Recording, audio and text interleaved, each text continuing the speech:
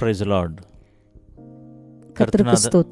ಕರ್ತನಾದ ಯೇಸು ನಾಮದಲ್ಲಿ ಪುನರಾವರ್ತಿ ನಿಮ್ಮೆಲ್ಲರನ್ನ ದೇವರ ವಾಕ್ಯ ಧ್ಯಾನಕ್ಕೋಸ್ಕರ ಸ್ವಾಗತವನ್ನು ಮಾಡುವಂಥವರಾಗಿದ್ದೇವೆ. ಪ್ರಿಯ ಸಹೋದರ ಸಹೋದರಿಯರೇ, கர்த்தராகிய இயேசு கிறிஸ்துவின் நாமத்தினாலே மறுபடியுமாய் உங்களை தேவனுடைய வார்த்தைக்கு நேராக வரவேற்கிறோம்.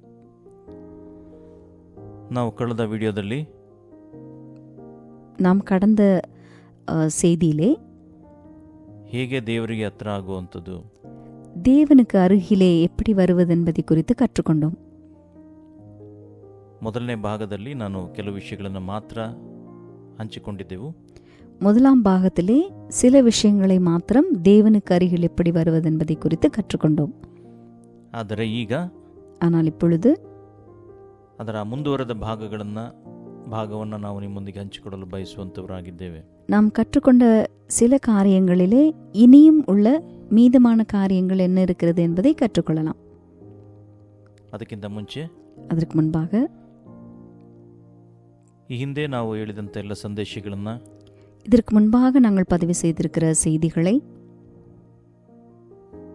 ರೆಕಾರ್ಡ್ ಮಾಡಿರೋ ಎಲ್ಲ ಮೆಸೇಜ್ಗಳನ್ನು, நாங்கள் பதிவு செய்திருக்கிற செய்திகளை ಯೂಟ್ಯೂಬ್ನಲ್ಲಿ ಕಾಪಿ ಮಾಡಿದ್ದೀವಿ. ಯೂಟ್ಯೂಬ್ನಲ್ಲಿ ಅಪ್ಲೋಡ್ ಮಾಡಿ ಅದನ್ನು ಲಿಂಕ್ಗಳನ್ನು ಕಾಪಿ ಮಾಡಿ ಡಿಸ್ಕ್ರಿಪ್ಷನ್ ಬಾಕ್ಸಲ್ಲಿ ಹಾಕಿರ್ತೀವಿ. லிங்க் எல்லாம் கூட பதிவு பண்ணப்பட்டிருக்கு, அதை நீங்கள் பார்க்கலாம். ನೀವು ಅದನ್ನು ಕ್ಲಿಕ್ ಮಾಡೋದ್ರ ಮುಖಾಂತರವಾಗಿ ನೇರವಾಗಿ ಸಂದೇಶವನ್ನು ಕೇಳಬಹುದಾಗಿದೆ. அப்போ எந்த செய்திக்கு நேராக நீங்கள் கேட்க விரும்புகிறீர்களோ அதை நீங்கள் கேட்க முடியும். ಇದು ಖಂಡಿತವಾಗಿ ನಮಗೆ ಆತ್ಮಿಕವಾಗಿ ಉಪಯೋಗವಾಗುವಂಥದ್ದಾಗಿದೆ. அது கண்டிப்பாக ஆவிக்குரிய விதத்திலே வளருவதற்கு உங்களுக்கு உதவியாக இருக்கும். ಅನೇಕರು ಇದರ ಬಗ್ಗೆ ಸಾಕ್ಷಿಯನ್ನು ಸಹ ಕೊಟ್ಟಿದ್ದಾರೆ. ದೇವರಿಗೆ ಮಹಿಮೆ. அநேகர் இதை குறித்து சாட்சிகளையும் பகிர்ந்து கொண்டிருக்கிறார்கள்.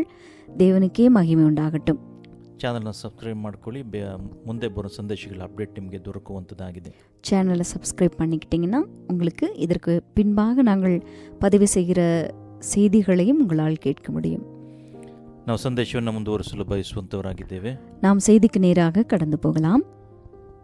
ನಾವು ಕಳೆದ ಬಾರಿ ನೋಡಿದ್ವಿ ಯಾವ ರೀತಿಯಾಗಿ ದೇವರಿಗೆ ಸಮೀಪ ಆಗೋದು ಅಂತ ಹೇಳಬೇಕಾದ್ರೆ, நாம் கடந்த செய்திகளில் கேட்டோம் தேவனுக்கு நேராக, தேவனுக்கு அருகிலே எப்படி வருவதென்று.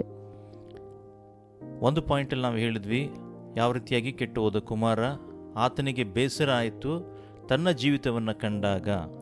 ஒரு காரியம் அதிலே என்னவென்றால், எப்படியாக கெட்ட குமாரன் தன்னுடைய வாழ்க்கையை குறித்து ஒரு அதிருப்தியை அவன் கண்டுகொண்டான் என்பதை நாம் கேட்டோம்.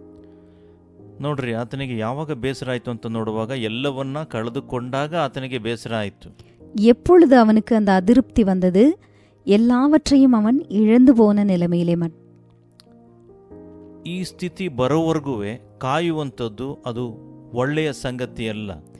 இந்த மாதிரி ஒரு நிலைமை வருகிற வரை காத்திருந்து அதற்கு பின்பு மனம் திரும்புவது அவசியமல்ல. ನೋಡಿ, ಯಾವ ರೀತಿ ಅಂತ ನೋಡಬೇಕಾದ್ರೆ, எந்த விதமாக என்று நாம் பார்ப்போமானால், ದೇವರು ನಿಮ್ಮನ್ನು ಎಚ್ಚರಿಸುವಾಗಲೇ, ದೇವರು ನಿಮ್ಮೊಂದಿಗೆ ಮಾತನಾಡುವಾಗಲೇ ನೀವು ತಿಂತಿರುಗಿ ಬಂತು ಅಂತ ಹೇಳಿದ್ರೆ ಅದು ಒಳ್ಳೆಯದು. தேவன் நமக்கு எச்சரிப்பை தரும்போதே நாம் மனம் திரும்புவோமானால் அது நல்லது. ಆದರೆ ಈ ರೀತಿಯಾಗಿ ಆತನು ತುಂಬಾ ಹೀನ ಸ್ಥಿತಿಗೆ ಹೋಗಿ ಆತನು ಹಿಂದಿರುಗಿ ಬರೋದು ಏನಿದೆ, இந்த மாதிரியாக ஒரு மோசமான நிலைமைக்கு தள்ளப்பட்ட பின்பாக மனம் திரும்புகிறது எப்படிப்பட்டதாக இருக்கிறது? ಸೊ ಅನೇಕ ಜನಗಳು ಏನು ಮಿಸ್ಟೇಕ್ ಮಾಡ್ತಾರೆ ಅಂತ ಹೇಳಿದ್ರೆ ಇದನ್ನೇ, நிறைய பேர் செய்யக்கூடிய தவறு என்னன்னா இதுதான். ಏನು ಮಾಡ್ತಾರೆ ಅಂತ ನೋಡುವಾಗ ಅವರು ದೇವರ ವಾಕ್ಯಗಳು ಹೇಳುವಾಗ ಅದನ್ನು ಕೇಳಿಸ್ಕೊಳ್ಳೋದಿಲ್ಲ, ದೇವ ಸೇವಕರು ಹೇಳುವಾಗ ಅದನ್ನು ಕೇಳಿಸ್ಕೊಳ್ಳೋದಿಲ್ಲ, ತಮ್ಮ ಇಷ್ಟದಂತೆ ಜೀವಿತವನ್ನು ಮಾಡಿ தேவனிடத்திலிருந்து வருகிற எச்சரிப்புக்கு செவி கொடாமல், தேவனுடைய ஊழியக்காரர்களுக்கு செவி கொடாமல் இந்த மாதிரியான நிலைமைக்கு தள்ளப்படும் பொழுது, ಈ ರೀತಿಯಾಗಿ ಬಂದ ನಂತರ ಅಯ್ಯೋ ದೇವ್ರೇ ನನ್ನ ಸ್ಥಿತಿ ಹಿಂಗಾಯ್ತಲ್ಲ ಅಂತೇಳಿ ಹೇಳೋದಕ್ಕಿಂತಲೂ, ஐயோ கடவுளே என் நிலைமை இப்படி ஆயிடுச்சேன்னு சொல்றதுக்கு முன்னாடி, ಈ ರೀತಿಯಾಗಿ ಒಂದು ಬೇಸರವಾದ ಸ್ಥಿತಿ, ನಮ್ಮ ಜೀವಿತ ಈ ರೀತಿ ಆಯ್ತಲ್ಲ ಅಂತೇಳಿ ದುಃಖಿಸುವಂಥ ಆ ಕಾಲಘಟ್ಟಕ್ಕೆ ಹೋಗೋದಕ್ಕಿಂತ ಮುಂಚೆನೆ ಬರೋದು ಬಹಳ ಒಳ್ಳೆಯ ಸಂಗತಿ. ஐயோ என் நிலைமை இப்படி ஆயிடுச்சேன்னு தள்ளப்பட்ட நிலைமைக்கு போகிறதுக்கு முன்னாடியே நாம ஆண்டவரிடத்துல திரும்புகிறது ரொம்ப நல்லது. ಹಾಗಾಗಿ ಅಲ್ಲಿ ಅವನಿಗೇನಾಯಿತು, ಆ ಕನಿಷ್ಠ ಪಕ್ಷ ಆತನ ಆ ಸಮಯದಲ್ಲಾದ್ರೂ ಆತನಿಗೇನಾಯಿತು, ಬೇಸರ ಆಯಿತು. ಹೌದು, ನನ್ನ ಸ್ಥಿತಿ ಹೀನ ಸ್ಥಿತಿಯಾಗಿದೆ, ಹಾಗಾಗಿ ನಾನು ಹಿಂದಿರುಗಿ ನನ್ನ ತಂದೆಯ ಬಳಿಗೆ ಹೋಗ್ತೇನೆ ಅಂತೇಳಿ ಆತನ ಬೇಸರಗೊಳ್ತಾನಲ್ಲ, ಆ ಸ್ಥಿತಿ ಏನಿದೆ ಆ ಸ್ಥಿತಿಗೆ ಬಂದಾಗ ಅವನು ಹಿಂದಿರುಗ್ತಾನೆ. ಆದರೆ ನೀವು ಆ ಸ್ಥಿತಿಗೆ ಬರೋ ತನಕ ಕಾಯ್ದಕ್ಕೆ ಹೋಗಬೇಡ್ರಿ ಅನ್ನೋದು. அவன் அந்த நிலைமையிலாவது அவனுக்கு ஒரு மனது வந்தது, நான் என் தகப்பனிடத்திற்கு திரும்பி போவேன் என்று. ஆனால் நீங்கள் அந்த நிலைமைக்கு தள்ளப்படுகிற வரை உங்களை தள்ளப்படாத வரைக்கும் நீங்கள் அந்த அதிருப்தி நிலைமை வருவது நல்லது. ಸೊ ಹಾಗಾಗಿ ನಿಮ್ಮ ಜೀವಿತಗಳನ್ನು ಅವಲೋಕಿಸ್ಕೊಂಡು ನೋಡ್ಕೊಳ್ರಿ, ನಿಮ್ಮ ಜೀವಿತನ ಎಕ್ಸಾಮಿನ್ ನೋಡ್ಕೊಳ್ರಿ. உங்களுடைய வாழ்க்கையை நீங்கள் பரீட்சை பண்ணி பார்த்துக்கோங்க. ದೇವರ ವಿಷಯದಲ್ಲಿ ನಿಮಗೆ ಅತೃಪ್ತಿ ಇರುವಂಥದ್ದಾಗಿದೆ ಅಂತ ಹೇಳಿದ್ರೆ, ದೇವರಿಗೆ ನಾನು ದೂರ ಆಗಿದ್ದೀನ, ದೇವರಲ್ಲಿ ನಾನು ಇಲ್ಲ ಅಂತೇಳಿ ನೀವು ಮನಸ್ಸಿಗೆ ಬರೋದಾದರೆ, தேவனுக்கு தொடர்போடு இருக்கிறேனா அப்படி இல்லாமல் இருக்கிறேனா என்ற ஒரு சிந்தனை உங்களுக்கு வரும் பொழுது, ನೋಡಿ ಯಾವಾಗಲೂ ಏನು ಅಂತ ಹೇಳಿದ್ರೆ, ಬಾಯಾರಿದವರಿಗೆ ಅದರ ಬಾಯಾರಿಕೆಯ ಬಗ್ಗೆ ಗೊತ್ತಾಗುವಂಥದ್ದಾಗಿದೆ, ಹಸಿದವರಿಗೆ ಅನ್ನದ ಬೆಲೆ ಗೊತ್ತಾಗುವಂಥದ್ದಾಗಿದೆ. பாருங்கள், யாருக்கு தாகமா இருக்கோ அவங்களுக்கு தான் அந்த தண்ணீருடைய விலையும், யாருக்கு பசியா இருக்கிறதோ அவர்களுக்கு உணவுனுடைய விலையும் புரிந்து கொள்ளக்கூடிய நிலைமை அவர்களுக்கு வருகிறது. ಸೊ ಇದು ಏನು ಅಂತ ಹೇಳಿದ್ರೆ, ಇದು ನಿಮ್ಮ ದೇಹಕ್ಕೆ ಇರುವಂಥ ಸಂಗತಿಯಾಗಿರುವಂತಾಗಿದೆ, ದೇಹಕ್ಕೆ ಬೇಕಾದಂಥ ವಿಷಯ ಇದು. இது நம்முடைய சரீரத்திற்கு வேண்டிய ஒன்றாக இருக்கிறது. ಅದೇ ಪ್ರಕಾರವಾಗಿ ನಿಮ್ಮ ಆತ್ಮಕ್ಕೂ ಸಹ ಒಂದು ಏನೋ ತೃಪ್ತಿಕರವಾಗಿರುವಂಥದ್ದು ಬೇಕಾಗಿರುವಂಥದ್ದಾಗಿದೆ. ಅದು ದೇವರಿಂದ ಮಾತ್ರವೇ ಸಿಗುವಂಥದ್ದಾಗಿದೆ. ಇನ್ನು ಆತ್ಮ ಏನಿದೆ ಸಂತೋಷಿಸುವಂಥದ್ದು, நம்முடைய ஆத்மாவுக்கு தேவையான உணவும் தண்ணீரும் தேவனிடத்திற்கு வரும்பொழுதுதான் நாம் பெற்றுக்கொள்ள முடியும். ಸೊ ದೇವರ ಸಾನ್ನಿಧ್ಯದಲ್ಲಿ, ದೇವರ ಪ್ರಸನ್ನತೆಯಲ್ಲಿ, ದೇವರೊಂದಿಗೆ ಇರುವಾಗ ಮಾತ್ರವೇ ಆ ತೃಪ್ತಿ ದೊರಕುವಂಥದ್ದಾಗಿದೆ ಹೊರತು ದೇವರಿಂದ ದೂರ ಆಯಿತು ಅಂತ ಹೇಳಿದ್ರೆ, ದೇವರಿಂದ ನಾವು ದೂರ ಇತ್ತು ಅಂತ ಹೇಳಿದ್ರೆ, ಇಲ್ಲ ದೇವರಿಗೆ ದೂರವಾಗಿರುವಂಥ ಸ್ಥಿತಿಗಳಿರೋದಾದರೆ ಖಂಡಿತವಾಗಿ ಅದು ದೊರಕೋದಿಲ್ಲ. எப்பொழுது தேவனிடத்திற்கு தேவனோடு கூட உள்ள தொடர்பில் நாமல் இருக்கிறோமோ அப்பொழுதுதான் அந்த திருப்தியை நாம் பெற்றுக்கொள்ள முடியும். ನೋಡಿ, ಯಾವಾಗಲೂ ಏನು ಅಂತ ಹೇಳಿದ್ರೆ, எப்பொழுதும் என்னன்னா, you should have the godly experiences. தேவனோடு கூட கொண்டுள்ள அந்த ಅನುಭವம் உங்களுக்கு வேண்டும். ದೇವರ ಬಗ್ಗೆ ನಿಮಗೆ ಅನುಭವಗಳು ಬೇಕು. ಅನುಭವಗಳಿತ್ತು ಅಂತ ಮಾತ್ರ ಗೊತ್ತಾಗುತ್ತೆ ಅಂದರೆ ನಿಮಗೆ ಯಾವ ರೀತಿಯಾದಂಥ ಒಂದು ತೃಪ್ತಿಯಾದಂಥ ನಿಮ್ಮ ಆತ್ಮಕ್ಕೆ ಯಾವ ರೀತಿಯಾಗಿ ತೃಪ್ತಿಗೊಳ್ಳುವಂಥದ್ದಾಗಿದೆ ಅಂತೇಳಿ ಆಗ ಗೊತ್ತಾಗುವಂಥದ್ದಾಗಿದೆ. தேவனோடு இருக்கிற அனுபவம் உங்களுக்கு எப்பொழுது இருக்குமோ அப்பொழுதுதான் உங்களுடைய ஆவிக்குரிய ஜீவிதத்தில் ஒரு திருப்தியை நீங்கள் கண்டுகொள்ள முடியும். ಸೊ ಅದು ಅನುಭವಿಸಿದ್ರೆ ಮಾತ್ರ ಗೊತ್ತಾಗುತ್ತೆ, ಇಲ್ಲ ಅಂತ ಹೇಳಿದ್ರೆ ಗೊತ್ತಾಗಲ್ಲ. அது நீங்கள் அனுபவித்தால் மாத்திரம்தான் உங்களால் தெரிந்து கொள்ள முடியும். அப்படி இல்லாட்டி உங்களால் அதை புரிந்து கொள்ள முடியும். ಅದಕ್ಕೆ ದೇವರ ವಾಕ್ಯ ಹೇಳುವಂಥದ್ದಾಗಿದೆ, அதனாலதான் ஆண்டவருடைய வார்த்தை சொல்லுது, see that the Lord is good ಅಂತೇಳಿ. ஆண்டவருடைய வார்த்தை என்ன சொல்லுகிறது? கர்த்தர் நல்லவர் என்பதை ருசித்து பாருங்கள் என்று சொல்லி. ಹಾಗಾಗಿ ದೇವರನ್ನ ಟೇಸ್ಟ್ ಮಾಡಿದ್ರೆ ಮಾತ್ರನೇ ಗೊತ್ತಾಗುತ್ತೆ ದೇವ್ರು ಎಂಥವ್ರು ಅಂತೇಳಿ. ಇಲ್ಲ ಅಂತ ಹೇಳಿದ್ರೆ ಖಂಡಿತವಾಗಿ ಅದು ದೇವರು ಟೇಸ್ಟ್ ಮಾಡಿಲ್ಲ ಅಂತ ಹೇಳಿದ್ರೆ ಗೊತ್ತಾಗೋದಿಲ್ಲ. அதனாலதான் கர்த்தர் நல்லவர் என்பதை ருசித்து பார்த்தா மட்டும்தான் நம்மளால ஆண்டவரை குறித்து அதிகமான ಅನುಭವங்களை ನಾವು பெற்றுಕೊಳ್ಳ முடியும். ಅದಕ್ಕೆ ನಿಮಗೆ ಖಂಡಿತವಾಗಿ ದೇವರ ಪ್ರಸನ್ನತೆ ಅನುಭವ ಆಗಬೇಕು, ಅಭಿಷೇಕದ ಅನುಭವಗಳಾಗಬೇಕು. தேவனுடைய பிரசன்னத்தின் அனுபவம், ஆவியின் அபிஷேகத்தின் அனுபவம் உங்களுக்கு உண்டானால் மாத்திரமே இதை நீங்கள் அனுபவிக்க முடியும். ಸೊ ದೇವರ ಬಗ್ಗೆ ನಿಮಗೆ ಹೆಚ್ಚಾಗಿ ಅರಿತಾ ಹೋದ ಹಾಗೇನೆ ದೇವರು ಏನು ಅಂತೇಳಿ ಗೊತ್ತಾಗುವಂಥದ್ದು. தேவனை குறித்த அறிவிலே அதிகமாக நாம் வளரும் பொழுது மட்டுமே அதை குறித்து நாம் சரியாக புரிந்து கொள்ள முடியும். ಸೊ ದೇವರ ಬಗ್ಗೆ ನೀವು ತಿಳ್ಕೊಳ್ಳಿಲ್ಲ, தேவனை குறித்து ஒருவேளை நாம் தெரிந்து கொள்ளாமல் ದೇವರ ಬಗ್ಗೆ ಅನುಭವನೇ ಇಲ್ಲ ಅಂತ ಹೇಳಿದ್ರೆ ಖಂಡಿತವಾಗಿ ನೀವು ದೂರ ಎಲ್ಲೋ ಉಳಿದಿರ್ತೀರಾ. தேவனை குறித்த அனுபவம் நமக்கு இல்லாவிட்டால் நாம் எங்கோ தூரமாயிருப்போம். ಸೊ ಹಾಗಾಗಿ ದೇವರು ಹೇಳ್ತಾರೆ, ನನ್ನ ಬಳಿಗೆ ಬನ್ರಿ. தேவன் என்ன சொல்லுகிறார்? என்னிடத்திற்கு வாருங்கள் என்று சொல்லி. ದಾಹವುಳ್ಳ ನನ್ನ ಬಳಿಗೆ ಬರಲಿ, ಆತನು ಬೇಕಾದಷ್ಟು ಜೀವಜಲವನ್ನು ಕುಡಿಯಲಿ ಅಂತ ದೇವರ ವಾಕ್ಯದಲ್ಲಿ ಬರೆದಿದೆ. தேவனுடைய வார்த்தை என்ன சொல்லுகிறது? தாகமாயிருக்கிறவன் என்னிடத்தில் வரக்கடவன் என்று சொல்லி. ಸೊ ಹಾಗಾಗಿ ಆ ದಾಹ ನಿಮ್ಮಲ್ಲಿ ಇದೆಯಾ ಇಲ್ವಾ ಅಂತ ನೀವು ಆಲೋಚನೆ ಮಾಡಿ ನೋಡ್ರಿ. அந்த தாகம் உங்களுக்குள்ள இருக்கிறதான்னு நீங்க யோசிச்சு பாருங்க. ಅನೇಕ ಜನಗಳು ಏನು ಮಾಡ್ತಾರೆ ಅಂತ ಹೇಳಿದ್ರೆ, ಸ್ವಲ್ಪ ಏನು ಅವರು ಫಿನಾನ್ಷಿಯಲಿ ಇರ್ಬೋದು, ಇಲ್ಲ ಆಸ್ತಿಗಳಿರ್ಬೋದು, ಇಲ್ಲ ಅಂತ ಹೇಳಿದ್ರೆ ಅವ್ರು ಚೆನ್ನಾಗಿ ಆದ ತಕ್ಷಣನೇ ದೇವರಿಗಿರುವಂಥ ದಾಹ ಅದು ದೂರವಾಗುವಂಥದ್ದಾಗಿದೆ. எப்பொழுது பணம் மிகுதியாகிறதோ இல்ல அவங்களுக்குரிய செல்வங்கள் மிகுதியாகிறதோ அப்பொழுது தேவனுக்குரிய அந்த தாகம் அவர்களை விட்டு போகிறது. ಸೊ ಅನೇಕರು ಏನು ಮಾಡ್ತಾರೆ ಅಂತ ಹೇಳಿದ್ರೆ, ಓಕೆ ನನ್ನ ಹತ್ರ ಸಾಕಾದಷ್ಟಿದೆ, ನಾನು ಮೇಂಟೈನ್ ಮಾಡ್ಬೋದು, ನನ್ನ ಲೈಫು ಆರಾಮಾಗಿ ಹೋಗುತ್ತೆ, ಈ ರೀತಿಯಾಗಿ ಅವ್ರು ಆಲೋಚನೆ ಮಾಡಿ ಏನು ಮಾಡ್ತಾರೆ ಅಂತ ಹೇಳಿದ್ರೆ, ದೇವರ ಬಗ್ಗೆ ಮೊದಲಿದ್ದಂಥ, ಅದಕ್ಕೆ ದೇವರ ವಾಕ್ಯ ಹೇಳುವಂತಾಗಿದೆ, ನಾನು ನಿನ್ನ ಬಗ್ಗೆ ಒಂದು ಮಾತನ್ನು ಹೇಳಬೇಕಾಗಿದೆ, ಒಂದು ಏನೋ ಕಂಪ್ಲೇಂಟ್ ಮಾಡಬೇಕಾಗಿದೆ. ಏನಂತ ಹೇಳಿದ್ರೆ, ನೀನು ಮೊದಲಿದ್ದ ಪ್ರೀತಿಯನ್ನು ಬಿಟ್ಟಿದೀಯಾ ಅಂತೇಳಿ ದೇವರ ವಾಕ್ಯದಲ್ಲಿ ಹೇಳೋದನ್ನು ನೋಡ್ತೇವೆ. சிலர் என்ன செய்கிறாங்கன்னா, அவர்களுக்கு பணமும் செல்வமும் வந்த பின்னாடி ஆண்டவரை விட்டு இது எனக்கு போதும், என்னால் வாழ்க்கையை இதை கொண்டு நடத்த முடியும் என்ற எண்ணங்களோடு கூட தேவனோடு கொண்டுள்ள ஐக்கியத்தை விட்டு விடுகிறார்கள். அதனால்தான் தேவன் சொல்லுகிறார், உன் பேரில் எனக்கு குறைவு உண்டு என்று சொல்லி.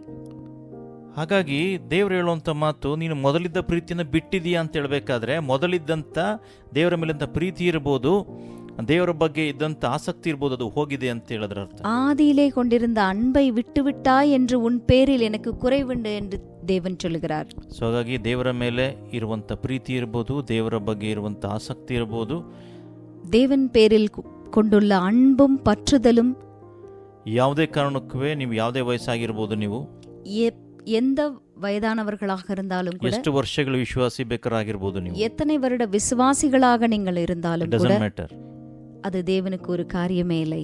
ನೀವು ಯಾವಾಗಲೂ ಎಷ್ಟೇ ವಯಸ್ಸಾಗಿತ್ತು ಅಂತ, ನೀವು ಎಷ್ಟೇ ಅನುಭವಗಳಿತ್ತು ಅಂತೇಳಿ, ನೀವು ಎಷ್ಟೇ ಪಂಡಿತರಾಗಿತ್ತು ಅಂತ ಹೇಳಿದ್ರೂ, ನೀವೆಷ್ಟೇ ಎಕ್ಸ್ಪೀರಿಯನ್ಸ್ ಪರ್ಸನ್ ಇತ್ತು ಅಂತ ಹೇಳಿದ್ರೂ, ಯಾವುದೇ ಕಾರಣಕ್ಕೂ ನೀವು ದೇವರಿಂದ ದಾಹ ಏನಿದೆ ಅದನ್ನು ಕಳ್ಕೊಳ್ಳೋದಕ್ಕೆ ಹೋಗ್ಬಿಡ್ರಿ. You should always thirst for God. நீங்கள் எப்படிப்பட்ட விசுவாசிகளாக இருந்தாலும், அனுபவம் மிக்கவர்களாக இருந்தாலும், தேவனிடத்தில் கொண்டுள்ள அந்த தாகத்தை நீங்க விட்டுறக்கூடாது. ಸೊ ಇದು ಬಹಳ ಬಹಳ ಮುಖ್ಯ. இது ரொம்ப ரொம்ப முக்கியம். ಕೆಲವರು ಅದನ್ನು ನಾನು ನಿಮ್ಗೆ ಹೇಳಿದ್ದು, ಕೆಲವರು ಹಣ ಬಂದ ತಕ್ಷಣ, ಆಸ್ತಿ ಬಂದ ತಕ್ಷಣನೇ, ಇಲ್ಲ ಒಳ್ಳೆ ಉದ್ಯೋಗ ಸಿಕ್ಕಿದ ತಕ್ಷಣನೇ, ಎಲ್ಲ ಸೆಟ್ಲ್ ಆದ ತಕ್ಷಣನೇ ದೇವರ ಬಗ್ಗೆ ಇರುವಂಥ ದಾಹ ಹೋಗ್ಬಿಡುತ್ತೆ. அதனால தான் நான் உங்களுக்கு சொன்னேன், செல்வமும் அவர்களுக்கு ஒரு வேலையும் இனியும் பணமும் சேருகிற பொழுது என்ன பண்றாங்கன்னா, ஆண்டவரோடு கொண்டுள்ள அந்த ஐக்கியத்தை விட்டுட்டு அவர்கள் தேவனை விட்டு ದೂರ போகிறார்கள். ಸೊ ಆ ರೀತಿಯಾಗಿ ದೂರ ಹೋಗಬೇಕಾದ್ರೆ ಅವ್ರಿಗೇನಾಗುತ್ತೆ ಅಂತ ಹೇಳಿದ್ರೆ, அப்படி தூர போகும் பொழுது அவர்களுக்கு என்ன ஆகிறது? ಸೊ ದೇವರಿಂದ ದೂರ ಆದಂಥ ಅನುಭವಗಳು ಖಂಡಿತವಾಗಿ ಅವ್ರಿಗೆ ಆಗ್ತಾ ಇರುತ್ತೆ. ಆದರೆ தேவனை விட்டு தூரமா போயிட்டோன்ற எண்ணம் அவர்களுக்குள் இருக்கும்.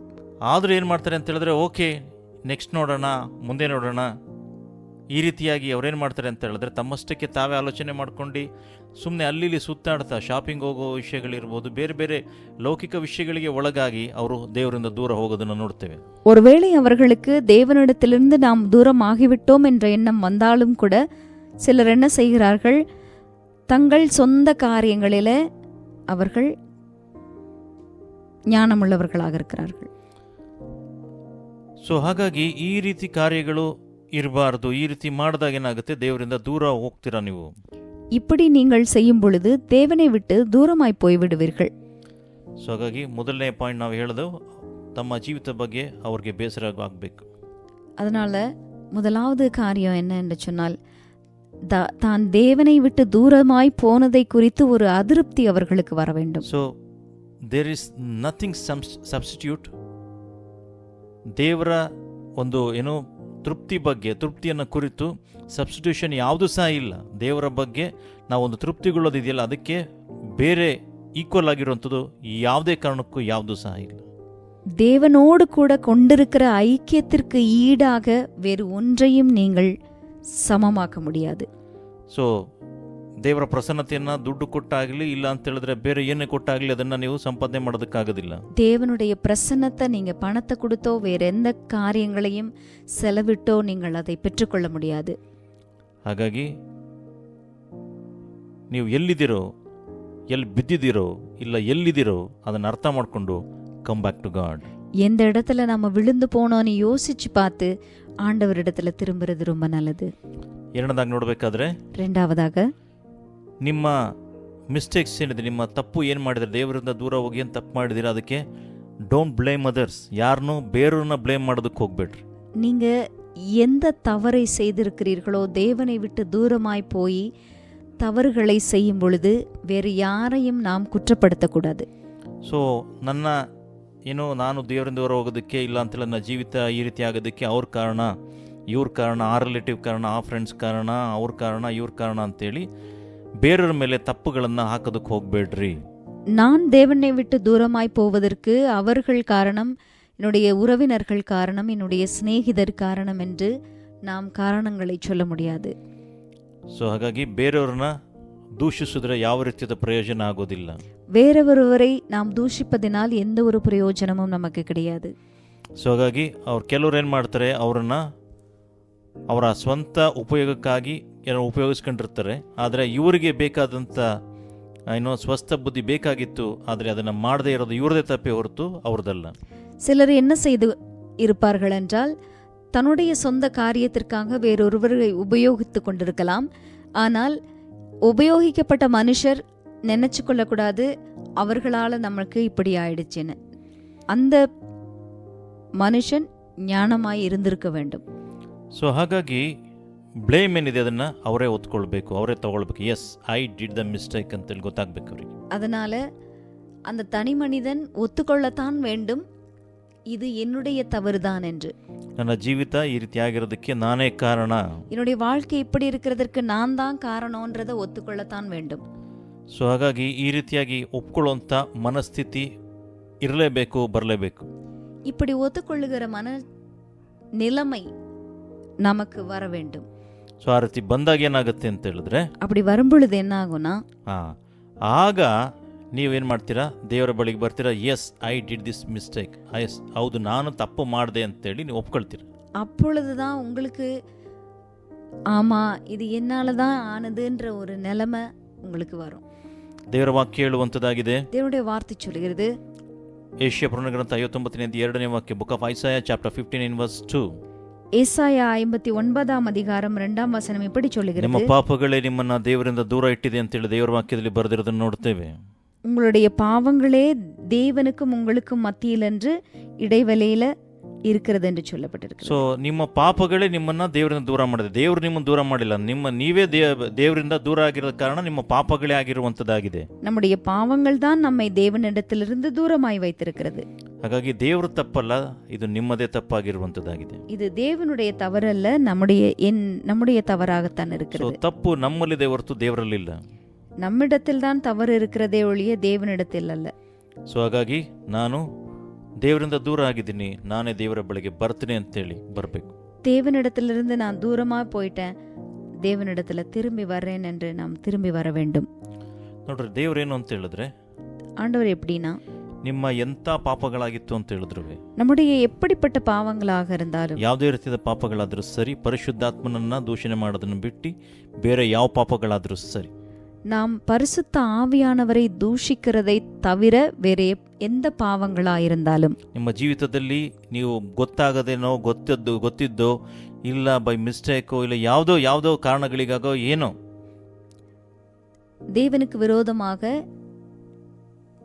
தெரிந்தும் தெரியாமலும் நாம் தவறுகளை செய்யும் பொழுது, ಯಾವುದೇ ರೀತಿ ತಪ್ಪುಗಳಾದರೂ ಸರಿ, எப்படிப்பட்ட தவறாக இருந்தாலும், ಎಷ್ಟೇ ನೀನು ಯಾವುದೇ ಪಾಪದಲ್ಲಿತ್ತು ಅಂತ ಹೇಳಿದ್ರು ಸರಿ, எப்படிப்பட்ட பாவத்துல நீங்க இருந்தாலும், ಏನೇ ಮಾಡಿತ್ತು ಅಂತ ಹೇಳಿದ್ರು, என்ன நீங்க பண்ணியிருந்தாலும், ದೇವರು ಬದಲಾಗದಂತ ದೇವರು. ஆனா ஆண்டவர் மாறாத தேவனாக இருக்கிறார். ದೇವರು ಅದೇ ಪ್ರೀತಿಯಿಂದ, ಅದೇ ಕರುಣೆಯಿಂದ, ಅದೇ ಶಾಶ್ವತ ಪ್ರೇಮದಿಂದ ದೇವರು ಕರುಣಿಸುವಂತ ದೇವರಾಗಿದ್ದಾರೆ. தேவன் எப்பொழுதுமே சிநேகிக்கிற தேவனாக இருக்கிறதுனால அந்த ஸ்நேகத்தோடு கூட உங்களை அழைக்கிறார்.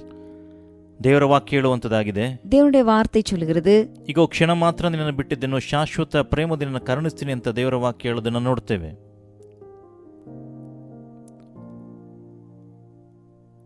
ಕ್ಷಣ ಮಾತ್ರ ಬಿಟ್ಟಿದ್ದೇನು, ஒரு நொடி பொழுது உன்னை கைவிட்டேன் என்று தேவனுடைய வார்த்தை. ಶಾಶ್ವತವಾದ ಪ್ರೇಮದಿಂದ, அனாதி ஸ்நேகத்தால நான் உங்களை ஸ்நேகித்தேன் என்று சொல்றாரு. ಅನಾದಿ ಪ್ರೇಮದಿಂದ ನಿನ್ನ ಶಾಶ್ವತ ಪ್ರೇಮದಿಂದ ಕರುಣಿಸ್ತೇನೆ, ಅಪ್ಪಿಕೊಳ್ತೇನೆ ಅಂತೇಳಿ ದೇವರ ವಾಕ್ಯದಲ್ಲಿ ಬರೆದಿರೋದನ್ನು ನೋಡ್ತೇವೆ. நான் உன்னை ஏற்றுக்கொள்ளுகிறேன் என்று சொல்லி. ಸೊ ಇಂಥ ದೊಡ್ಡ ದೇವರಾಗಿದ್ದಾರೆ. இவ்வளவு பெரிய தேவனை நாம் தேவனாக கொண்டிருக்கிறோம். ಹಾಗಾಗಿ ನಿಮ್ಮ ಬ್ಲೇಮ್ನೆಸ್ ಏನಿದೆ, நம்மில் இருக்கிற குற்றங்கள் என்னதாக இருக்கிறதோ ದೇವರು ಅದನ್ನು ತೆಗೆದು ಹಾಕ್ತಾರೆ. அதை ஆண்டவர் எடுத்து போட விரும்புகிறார். ದೇವರು ನಿಮಗೆ ಹೊಸ ಜೀವಿತವನ್ನು ಕೊಡುವಂತ ದೇವರಾಗಿದ್ದಾರೆ. ஆண்டவர் நமக்கு புதிய வாழ்க்கையை கொடுக்க விரும்புகிறார்.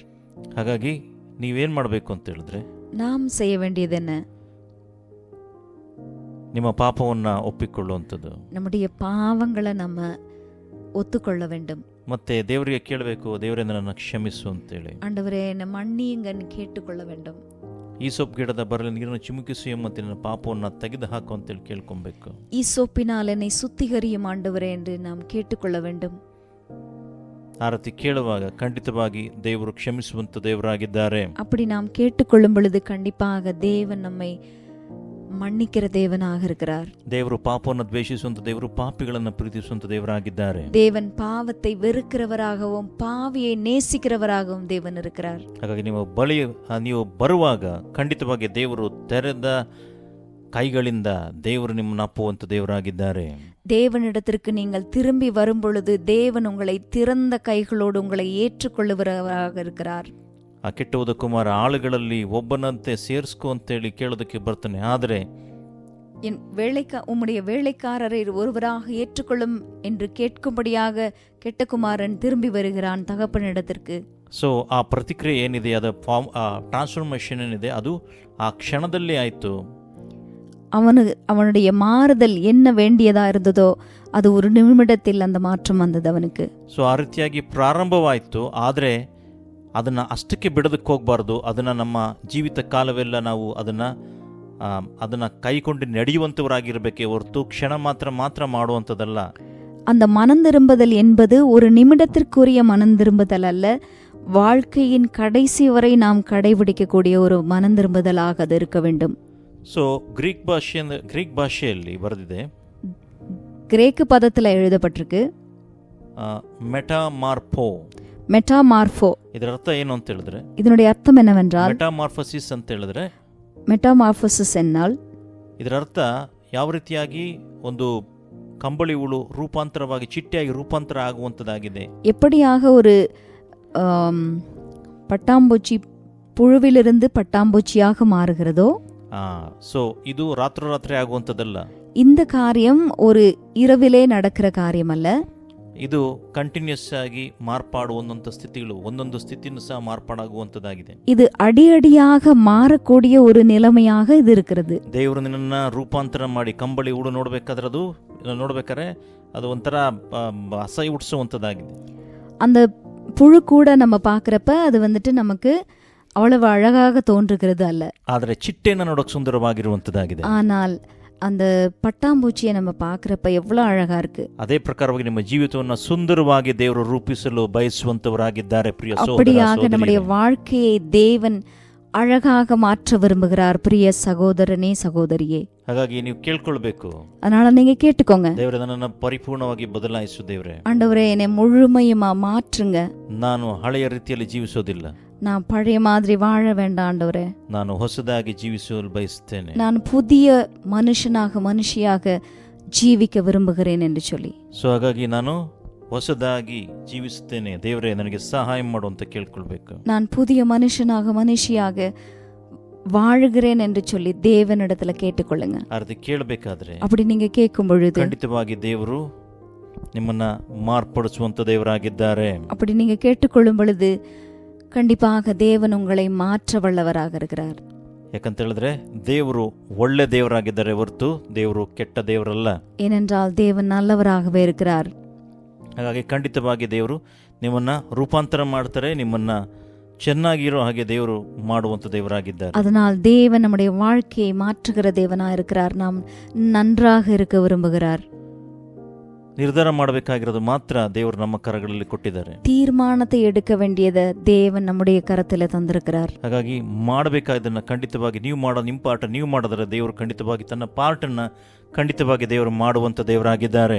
உங்களுடைய பாகத்திலிருந்து நீங்க என்ன செய்ய வேண்டுமோ அதை நீங்கள் செய்வீர்களானால் தேவனுடைய பாகத்திலிருந்து தேவன் செய்ய வேண்டியதை செய்வார். ஹalleluya, ஹalleluya. ನಾವು ನೋಡ್ತೇವೆ ಬುಕ್ ಆಫ್ ರೋಮನ್ಸ್, ரோமர் எழுதின நிருபம் 12ನೇ ಅಧ್ಯಾಯ 12ஆம் அதிகாரம் 2ನೇ ವಾಕ್ಯವನ್ನು ನೋಡುವಾಗ, 2ஆம் வசனத்தை பார்த்தால், ಇಹಲೋಕದ ನಡವಳಿಕೆಯನ್ನು ಅನುಸರಿಸದೆ ನೂತನ ಮನಸ್ಸನ್ನು ಹೊಂದಿಕೊಂಡು ಪರಲೋಕ ಭಾವದವರಾಗಿರ್ರಿ. இவ்வுலகத்திற்கு ஒத்த வேஷம் தெரியாமல் என்று எழுதப்பட்டிருக்கிறது. ಹೀಗಾದರೆ ದೇವರ ಚಿತ್ತಕ್ಕನುಸಾರವಾದದ್ದು தேவனுடைய நன்மையும் பிரியமும் பரிபூரணமான சித்தம் என்னதென்று பகுத்தறியத்தக்கதாக, ಅಂದರೆ ಉತ್ತಮವಾದದ್ದು, ಮೆಚ್ಚುಗೆ ಯಾವುದು, ದೋಷವಿಲ್ಲದ್ದು ಯಾವ ವಿವರಿಸಿ ತಿಳಿದುಕೊಳ್ಳ್ರಿ ಅಂತ ದೇವರ ವಾಕ್ಯದಲ್ಲಿ ಬರೆದಿದೆ. நன்மையும் பிரியமும் பரிபூரணமான சித்தம் என்னதென்று பகுத்தறியத்தக்கதாக உங்கள் மனம் புதிதாக வேண்டும் என்று சொல்லப்பட்டிருக்கிறது. ಹಾಗಾಗಿ ದೇವರ ವಾಕ್ಯದಲ್ಲಿ ಬರೆದಿದೆ. ಆದ್ದರಿಂದ ಸಹೋದರರೇ, அதனால் சகோதரரே, ದೇವರ ಕನಿಕರನ್ನ ನಿಮ್ಮ ನೆನಪಿಗೆ ತಂದುಕೊಂಡು ನಿಮ್ಮನ್ನು ಬೇಡಿಕೊಳ್ಳುವುದೇನೆಂದರೆ, தேவனுடைய கிருபையை முன்னிட்டு உங்களை வேண்டிக் கொள்வது என்னவென்றால், ನೀವು ನಿಮ್ಮ ದೇಹಗಳನ್ನ ದೇವರಿಗೆ ಮೀಸಲಾಗಿಯೂ ಮೆಚ್ಚುಗೆಯಾಗಿಯೂ ಇರುವ ಸಜೀವ ಯಜ್ಞವಾಗಿ ಅರ್ಪಿಸಿರಿ. நீங்கள் உங்கள் சரீரங்களை பரிசுத்தமும் தேவனுக்கு பிரியமுமான ஜீவ பலியாக ஒப்புக் கொடுக்க வேண்டும் என்று தேவனுடைய இரக்கங்களை முன்னிட்டு உங்களை வேண்டிக் கொள்கிறேன். ಹಲ್ಲೆಲೂಯಾ. ஹல்லேலூயா. ಹಾಗಾಗಿ ನೀವು ತೀರ್ಮಾನಗಳನ್ನು ತೆಗೆದುಕೊಳ್ಬೇಕು. See you have to make the proper decisions. நீங்கள் தீர்மானங்களை எடுக்க வேண்டும். ಸೊ ನಿಮ್ಮ ತೀರ್ಮಾನಗಳು ತೆಗೆದುಕೊಳ್ಳೋದು ಮಾತ್ರ ಅಲ್ಲ, ಅದರಲ್ಲಿ ದೃಢವಾಗಿ ನಿಂತಿರೋದನ್ನು ಸಹ ಕಲಿಬೇಕು. தீர்மானங்களை எடுக்கிறது மாத்திரமல்ல, அதிலே திடமாய் நிற்க நாம் கற்றுக்கொள்ள வேண்டும். ಹಲ್ಲೆಲೂಯಾ. ஹல்லேலூயா. ಸೊ ನೀವು ದೃಢವಾಗಿ ನಿಂತ್ಕೊಂಡ್ರೆ ಮಾತ್ರನೇ. ಅದಕ್ಕೆ ಏನೋ ಯೇಸುಸ್ವಾಮಿ 2 ಎಕ್ಸಾಂಪಲ್ನ ಕೊಡ್ತಾರೆ. ಏನೋ ಬಂಡೆ ಮೇಲೆ ಕಟ್ಟಿದಂಥ ಮನೆ, ಮರಳಿನ ಮೇಲೆ ಕಟ್ಟಿದಂಥ ಮನೆ. திடமாக நிற்பதை குறித்து இயேசு கிறிஸ்து 2 உதாரணங்களை கர்த்தர் தந்திருக்கிறார். ஒன்று கன்மலையின் மேல் கட்டப்பட்ட வீடு, ஒன்று மணலின் மேல் கட்டப்பட்ட வீடு. ಸೊ ಹಾಗಾಗಿ ಬಂಡೆ ಮೇಲೆ ಕಟ್ಟಂತ ಮನೆಯೋಪಾದಿಯಲ್ಲಿ ನಮ್ಮ ಜೀವಿತಗಳಿರಬೇಕು. கற்பாறையின் மேல் கட்டப்பட்ட வீடுகளைப் போல நம்முடைய வாழ்க்கை இருக்க வேண்டும். ಸೊ ಆ ರೀತಿಯಾಗಿ ಇರೋದನ್ನ ದೇವರು ಬಯಸ್ತಾರೆ. ಆ ರೀತಿಯಾಗಿ ಇದ್ದಾಗ ಯಾವುದೇ ರೀತಿಯಾದಂಥ ಅಲೆಗಳು ಬಂತು ಅಂತ ಹೇಳಿದ್ರೂ, ಎಷ್ಟೇ ವೇಗವಾಗಿ ಗಾಳಿ ಬೀಸ್ತು ಅಂತ ಹೇಳಿದ್ರೂ, ಯಾವುದೇ ಕಾರಣಕ್ಕೂ ಅದು ಬಿದ್ದು ಹೋಗೋದಿಲ್ಲ. அப்படிப்பட்டவர்களாக இருக்க வேண்டும் என்று தேவன் விரும்புகிறார். எப்படிப்பட்ட புயல் அடித்தாலும் அந்த வீடு விழாமல் நிலைத்திருக்கிறதை பார்க்க முடியும். ಅದೇ ಪ್ರಕಾರವಾಗಿ ನಿಮ್ಮ ಜೀವಿತಗಳು ಸಹ ದೃಢವಾಗಿ ಇರಬೇಕು ಅಂತ ಹೇಳಿದ್ರೆ, அதே மாதிரி நம்முடைய வாழ்க்கையும் திடமாக கற்பாறையின் மேல் கட்டப்பட்ட வீடாக இருக்க வேண்டுமானால், ಕ್ರಿಸ್ತನೆಂಬ ಬಂಡೆ ಮೇಲೆ, கிறிஸ்து என்கிற கன்மலையின் மேல் ಜೀವಿತ ಕಟ್ಟಲ್ಪಟ್ಟರು. நம்முடைய ஆவிக்குரிய ஜீவிதம் கட்டப்பட வேண்டும். ಹಲ್ಲೆಲೂಯಾ. ஹல்லேலூயா. ಸೊ ಒಂದು ಕ್ಷಣ ನೀವು ಒಪ್ಪಿಕೊಂಡು ನನ್ನ ಪಾಪವನ್ನು ಒಪ್ಪಿಕೊಳ್ಳಬೇಕು, ಸಮರ್ಪಣೆ ಮಾಡಬೇಕು, ನಮ್ಮ ಜೀವಿತ ಬದಲಾಗಬೇಕು ಅಂತೇಳಿ ದೃಢವಾದ ನಿರ್ಧಾರ ತೆಗೆದುಕೊಳ್ಬೇಕು. ಇದು 3ನೇ ಪಾಯಿಂಟ್. ஒரு நிமிடம் நீங்கள் எடுத்துக்கொண்டு, என்னுடைய வாழ்க்கை மாற்றப்பட வேண்டும், நான் தேவனிடத்தில் திரும்பி வருகிறேன் என்ற தீர்மானம் உங்களுக்கு வர வேண்டும்.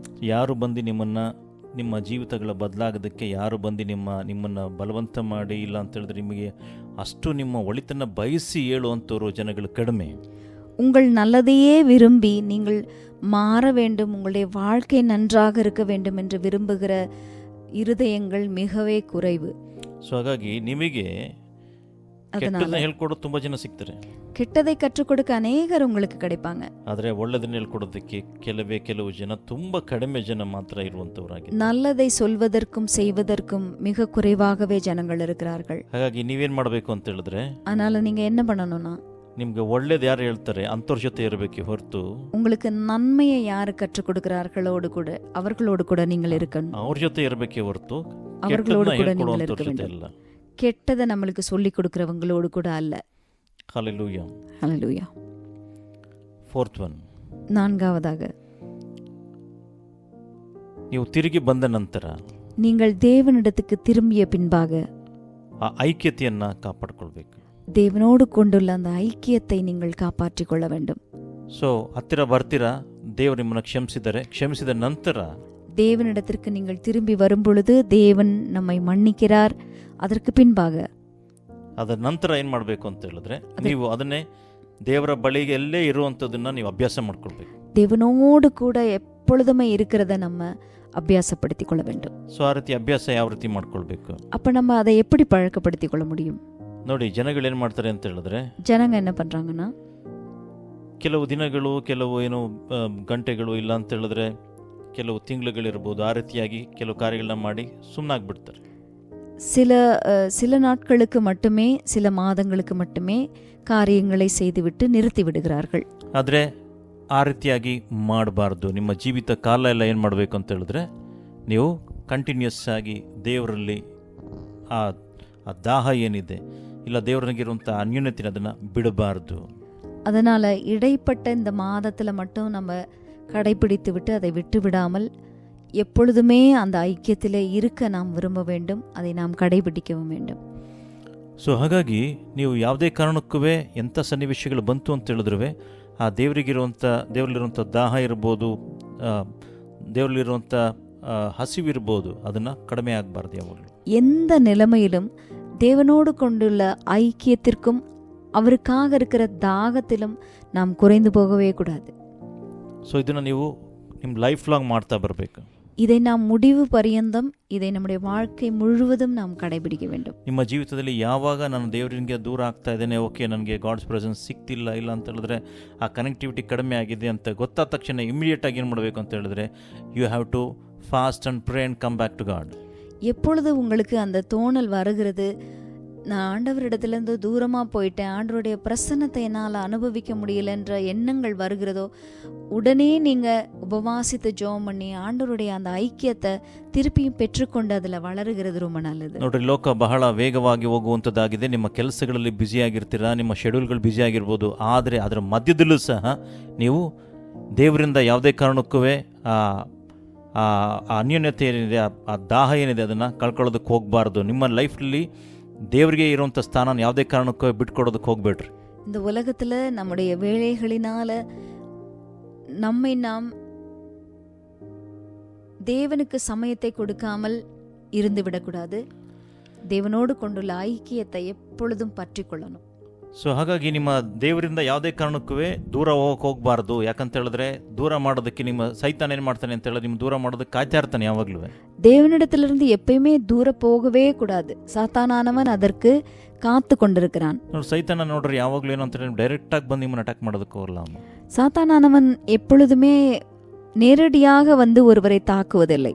ಅವನೇನು ಮಾಡ್ತಾನೆ ಅಂತ ಹೇಳಿದ್ರೆ, ಅವನು ಕುತಂತ್ರಿ ಆಗಿದ್ದಾನೆ, ಅವನು ಮೋಸಗಾರನಾಗಿದ್ದಾನೆ, ಅವನು ಮೋಸವಾಗಿ ಕಾರ್ಯಗಳನ್ನ ಮಾಡ್ತಾನೆ. அவன் வஞ்சிக்கிறவனாக இருக்கிறபடினால வஞ்சனையோடு கூட அவன் காரியங்களை ಬಹಳ செய்கிறவனாக ಸಿಂಪಲ್ ಆಗಿ ಏನು ಮಾಡ್ತಾನೆ, ನಿಮ್ಮ ಮತ್ತೆ ದೇವರಿಗೆ ಇರುವಂಥ ಕನೆಕ್ಟಿವಿಟಿಯನ್ನು ಕಟ್ ಮಾಡ್ತಾನೆ. ಬಹಳ ಸರಳ. எளிதாக அவன் செய்யக்கூடிய காரியம் என்னவென்றால், தேவனுக்கும் நமக்கும் உள்ள அந்த ஐக்கியத்தை துண்டித்து விடுகிறான். ಸೊ ಹಾಗಾಗಿ ದೇವರಿಂದ ನೀವು ದೂರ ಹೋಗಿದ್ದೀರಾ ಅಂತ ಹೇಳ್ಬಿಟ್ಟು ನಿಮಗೆ ಯಾವಾಗ ಆ ಮೂಮೆಂಟೇ ಇದಾಗ್ತಾ ಇರುತ್ತೆ, ಆ ಮೂಮೆಂಟಿಗೆ ವಾಪಸ್ ಬಂದ್ಬಿಡ್ರಿ, ದೂರ ಹೋಗೋದಕ್ಕೆ ಹೋಗ್ಬಿಡ್ರಿ. எப்பொழுது உங்களுக்கு அந்த தோணல் வருகிறது, தேவனிடத்திலிருந்து நான் அந்த ஐக்கியத்திலிருந்து விலகிட்டேன்ற அந்த எண்ணம் எப்பொழுது வருகிறதோ, உடனே நீங்க ஆண்டவரிடத்துல திரும்பி வந்துருங்க. So you have to come fastly. நீங்க உடனே ஆண்டவரிடத்துல திரும்பி வந்துடணும். ಸೊ ನೀವು ಅದಕ್ಕೋಸ್ಕರ ಸಮಯ ತೆಗೆದುಕೊಳ್ಬಾರ್ದು. ಇಲ್ಲ ನಾಳೆ ಹೋಗ್ತೀನಿ, ನಾಡಿದ್ದು ಹೋಗ್ತೀನಿ, ಇಲ್ಲ ನಾಡಿದ್ದು ನಾನು ಪ್ರಾರ್ಥನೆ ಮಾಡ್ತೀನಿ, ನಾಡಿದ್ದು ಉಪವಾಸ ಮಾಡ್ತೀನಿ, ಇಲ್ಲ ಮುಂದಿನ ವಾರ ಮಾಡ್ತೀನಿ, ಆಗ ಮಾಡ್ತೀನಿ, ಈಗ ಮಾಡ್ತೀನಿ, ನೆಪಗಳು ಹೇಳ್ತು ಅಂತ ಹೇಳಿದ್ರೆ ನೀವು ಇನ್ನೂ ದೂರ ಹೋಗ್ತಾ ಇರ್ತೀರ ಹೊರತು ಹತ್ತಿರ ಬರೋದಕ್ಕಾಗೋದಿಲ್ಲ. தேவனிடத்திலிருந்து தூரமாய் போயிருக்கிறேன் என்ற எண்ணம் வரும்பொழுதே உடனே நம்ம தேவனிடத்துல திரும்பி வந்துடணுமே ஒழிய, நான் நாளைக்கு பண்ணுறேன், இன்னும் ஒரு மாதம் கழிச்சு பண்ணுறேன், அப்புறம் பண்ணுறேன், அந்த மாதிரி நம்ம பண்ணவே கூடாது. ಆ ರೀತಿ ಮಾಡೋದು ಏನು ಅಂತ ಹೇಳಿದ್ರೆ, ಸೈತಾನ ಇದ್ದವನು ಏನು ಮಾಡ್ತಾನೆ ಅಂತ ಹೇಳಿದ್ರೆ, ಆ ರೀತಿ ಮಾಡಬೇಕಾದ್ರೆ ಅವನಿಗೆ ಸಂತೋಷ ಆಗುತ್ತೆ ಹೊರತು ದೇವರಿಗೆ ಸಂತೋಷ ಆಗೋದಿಲ್ಲ. அப்படி நம்ம பண்ணும் பொழுது தேவனுக்கு சந்தோஷத்தை கொண்டு வராது, நாம் சாத்தான சந்தோஷப்படுத்துகிறவர்களாக இருப்போம். ಹಾಗಾಗಿ ದೇವರು ಯಾವಾಗಲೂ ಅಂತ ಹೇಳಿದ್ರೆ ನನ್ನ ಸ್ವಂತ ಲಾಭಕ್ಕೋಸ್ಕರ ನಿಮ್ಮನ್ನ ಹತ್ರ ಕರೆಯೋದಿಲ್ಲ. தேவன் நம்மை அவரிடத்திற்கு அழைப்பது அவருடைய எந்த காரியங்களுக்காகவும் அல்ல. ದೇವ್ರು ಏನು ಮಾಡ್ತಾರೆ ಅಂತ ಹೇಳಿದ್ರೆ, ஆண்டவர் என்ன செய்யறாருன்னா, ದೇವರ ಬಳಿಗೆ ಬಂದರೆ ನಿಮ್ಗೆ ಏನು ಬೆನಿಫಿಟ್ ಎಲ್ಲ ಸಿಗುತ್ತೆ ಅಂತ ನಾನು ನಿಮ್ಗೆ ಹೇಳ್ಕೊಡ್ತೀವಿ. தேவனிடத்திற்கு நீங்க வரும் பொழுது உங்களுக்கு என்னெல்லாம் கிடைக்கும் நான் சொல்லித்தரேன். ದೇವರ ವಾಕ್ಯ ಹೇಳುವಂಥದ್ದಾಗಿದೆ, தேவனுடைய வார்த்தை சொல்கிறது, ಆತನ ಶ್ರದ್ಧೆಯಿಂದ ಹುಡುಕುವವರಿಗೆ ದೇವರು ಪ್ರತಿಫಲ ಕೊಡುವಂತ ದೇವರಾಗಿದ್ದಾರೆ. அவரை தேடுகிறவர்களுக்கு ஆண்டவர் பிரதிபலன் கொடுக்கிறவராக இருக்கிறார் என்று எழுதப்பட்டிருக்கு. Hebrews chapter 11 verse 6. எபிரேயர் chapter 11 verse 6. எபிரேயர் 11ஆம் அதிகாரம் 6ஆம் வசனம். விசுவாசம் இல்லாமல் தேவனுக்கு பிரியமாயிருப்பது கூடாத காரியம். ஏனென்றால் தேவனிடத்தில் சேருகிறவன் அவர் உண்டென்றும் அவர் தம்மை தேடுகிறவர்களுக்கு பலன் ಅಲಿக்கிறவர் என்றும் ವಿಶ್ವಾಸಿக்க வேண்டும் என்று தேவனுடைய வார்த்தை சொல்கிறது. ದೇವರ ವಾಕ್ಯ ನೋಡಿ ಸ್ಪಷ್ಟವಾಗಿ ಹೇಳ್ತಾರೆ, ಆತನ ದೇವರ ಬಳಿಗೆ ಬರುವವನು ದೇವರಿದ್ದಾನೆ ಮತ್ತು ತನ್ನ ಹುಡುಕರಿಗೆ ಪ್ರತಿಫಲ ಕೊಡುತ್ತಾನೆ. ನೋಡಿದ್ರ, தேவனிடத்தில் சேருகிறவன் அவர் உண்டென்றும் அவர் தம்மை தேடுகிறவர்களுக்கு பலன் அளிக்கிறவரனும் விசுவாசிக்கணும்னு போட்டிருக்கு. ಸೊ ದೇವರ ವಾಕ್ಯ ಸ್ಪಷ್ಟವಾಗಿ ಬರೆದಿದೆ. அவருடைய வார்த்தை ದೇವರ தெளிவாக ಸಮೀಪಕ್ಕೆ போடப்பட்டிருக்கிறது. ದೇವರ ಸಮೀಪಕ್ಕೆ ಬನ್ರಿ, ಆತ ನಿಮ್ಮ ಸಮೀಪಕ್ಕೆ ಬರ್ತಾನೆ ಅಂತೇಳಿ. தேவனுக்கு சமீபமாக நீங்கள் வருவீர்களானால் தேவன் உங்களுக்கு சமீபமாக வருவார் என்று எழுதப்பட்டிருக்கிறது. ಅದಕ್ಕೆ ದೇವರನ್ನು ನಾವು ಶ್ರದ್ಧೆಯಿಂದ ಹುಡುಕಬೇಕು. அதனால தேவனை நாம் கவனமாக தேட வேண்டும். ದೇವರನ್ನ ಸುಮ್ಮನೆ ಏನೋ ಅಂತಲ್ಲ, ದೇವರನ್ನ ಶ್ರದ್ಧೆಯಿಂದ ಹುಡುಕ್ಬೇಕು. தேவனை எப்படியோ நாம் தேடுவது அல்ல, தேவனை கவனமாக நாம் தேட கற்றுக்கொள்ள வேண்டும். ಸೊ ದೇವರನ್ನ ಶ್ರದ್ಧೆಯಿಂದ ಹುಡುಕ್ಬೇಕು. தேவனை கவனமாக நாம் தேட கற்றுக்கொள்ள வேண்டும். ಸೊ ದೇವರನ್ನ ಹುಡುಕಿದಾಗ ಪ್ರತಿಫಲ ಕೊಡ್ತಾರಂತೆ ದೇವರು. தேவனை நாம் அப்படி தேடும் பொழுது தேவன் பலன் அளிக்கிற தேவனாக இருக்கிறார். ಸೆಕೆಂಡ್ ಒನ್, இரண்டாவதாக ದೇವ್ರು ಏನು ಮಾಡ್ತಾರೆ ಅಂತ ಹೇಳಿದ್ರೆ, book of John chapter 16 verse 13, ಯೋಹಾನ 16ನೇ ಅಧ್ಯಾಯ 13ನೇ ವಾಕ್ಯದಲ್ಲಿ ಬರೆದಿದೆ. யோவான் 16ஆம் அதிகாரம் 13ஆம் வசனம், ಆತ ನಿಮ್ಮನ್ನ ಎಲ್ಲ ಸತ್ಯಕ್ಕೆ ನಡೆಸುವ, ಸಕಲ ಸತ್ಯಕ್ಕೆ ದೇವರು ನಡೆಸ್ತಾರಂತೆ. சத்திய ஆவியாகி அவர் வரும்போது சகல சத்தியத்திற்குள்ளும் உங்களை நடத்துவார் என்று எழுதப்பட்டிருக்கிறது. ಸೊ ದೇವ್ರು ಏನು ಮಾಡ್ತಾರೆ, ನಿಮ್ಮನ್ನ ಸಕಲ ಸತ್ಯಕ್ಕೆ ದೇವ್ರು ನಿಮ್ಮನ್ನ ನಡೆಸ್ತಾರೆ. சகல சத்தியத்திற்குள்ளும் தேவன் நம்மை நடத்துகிறவராக ಸೊ இருக்கிறார். ಅನೇಕರು ಸತ್ಯ ತಿಳಿದಲೇ ಮೋಸ ಹೋಗುವಂತವ್ರು ಇದ್ದಾರೆ. அநேகர் இந்த சத்தியத்தை தெரிந்து கொள்ளாம மோசம் போகிறாங்க.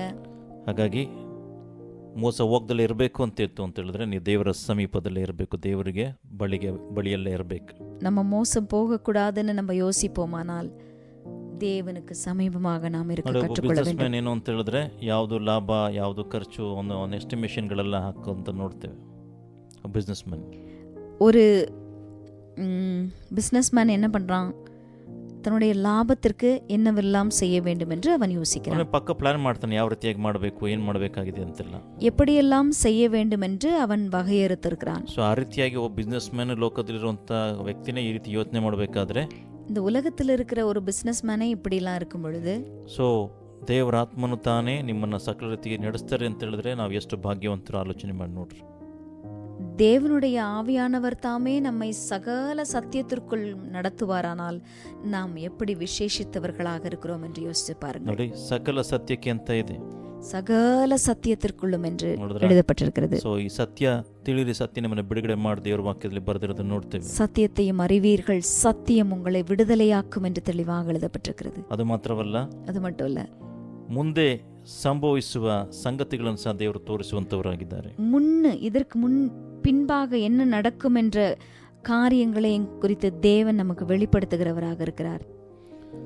ನಾವು ನೋಡ್ತೇವೆ, ನೀವು ನಿಮ್ಮ ಬರುವಂಥ ದಿನಗಳಲ್ಲಿ, ಬರುವಂಥ ವರ್ಷಗಳಲ್ಲಿ ನಿಮ್ಮ ಜೀವಿತದಲ್ಲಿ ದೇವರು ಏನು ಮಾಡಬೇಕು ಅಂತ ಹೇಳಿ ಆಲೋಚನೆ ಮಾಡ್ತಾ ಇದ್ದಾರೆ. ಆಲೋಚನೆ ಇದೆ ಅಂತ ತಿಳ್ಕೊಂಡಿದ್ದೀರಾ?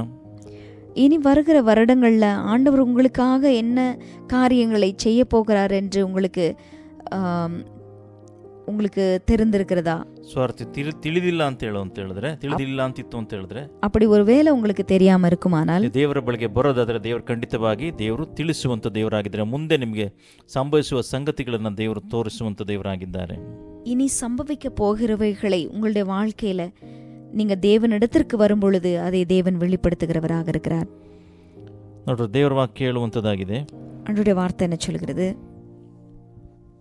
ನೋಡಿ, ಸತ್ಯದ ಆತ್ಮನು ಬಂದಾಗ ಆತನನ್ನು ನಡೆಸಿಕೊಂಡು ಹೋಗಿ ಸಕಲ ವಿಷಯದಲ್ಲಿ ಸತ್ಯಕ್ಕೆ ಸೇರಿಸನು. ಆತನು ತನ್ನಷ್ಟಕ್ಕೆ ತಾನೇ ಮಾತಾಡದೆ ಕೇಳಿದ ಮಾತನಾಡನು ಮತ್ತು ಮುಂದಾಗುವ ಸಂಗತಿಗಳನ್ನು ನಿಮಗೆ ತಿಳಿಸುವ. ನೋಡಿದ್ರ, ಮುಂದೆ ಏನಾಗುತ್ತೆ ಆ ಸಂಗತಿಗಳನ್ನು ಸಹ ತಿಳಿಸುವಂತವರಾಗಿದ್ದಾರೆ. வரப்போகிற காரியங்களை உங்களுக்கு அறிவிப்பார் என்று எழுதப்பட்டிருக்கிறது. ನೋಡಿದ್ರ, ಮುಂದೆ ಏನಾಗುತ್ತೆ, ಮುಂದೆ ಬರೋ ಸಂಗತಿಗಳನ್ನು ಸಹ ದೇವರು ತಿಳಿಸ್ಕೊಡ್ತಾರೆ. ದೇವರ ಸಮೀಪಕ್ಕೆ ನೀವಿರುವಾಗ வரப்போகிற காரியங்களை உங்களுக்கு எப்பொழுது தேவன் அறிவிப்பார்? நீங்கள் அவரோடு கூட இருக்கும் பொழுது, அவருக்கு பக்கத்துல இருக்கும் பொழுது. ಅದು ಮಾತ್ರವಲ್ಲ, அது மட்டும் இல்ல, ದೇವರು ನಿಮ್ಮನ್ನ ಬಲಪಡಿಸುವಂತ ದೇವರಾಗಿದ್ದಾರೆ. God will strengthen you. ஆண்டவர் உங்களை பலப்படுத்துகிற தேவனாக இருக்கிறார்.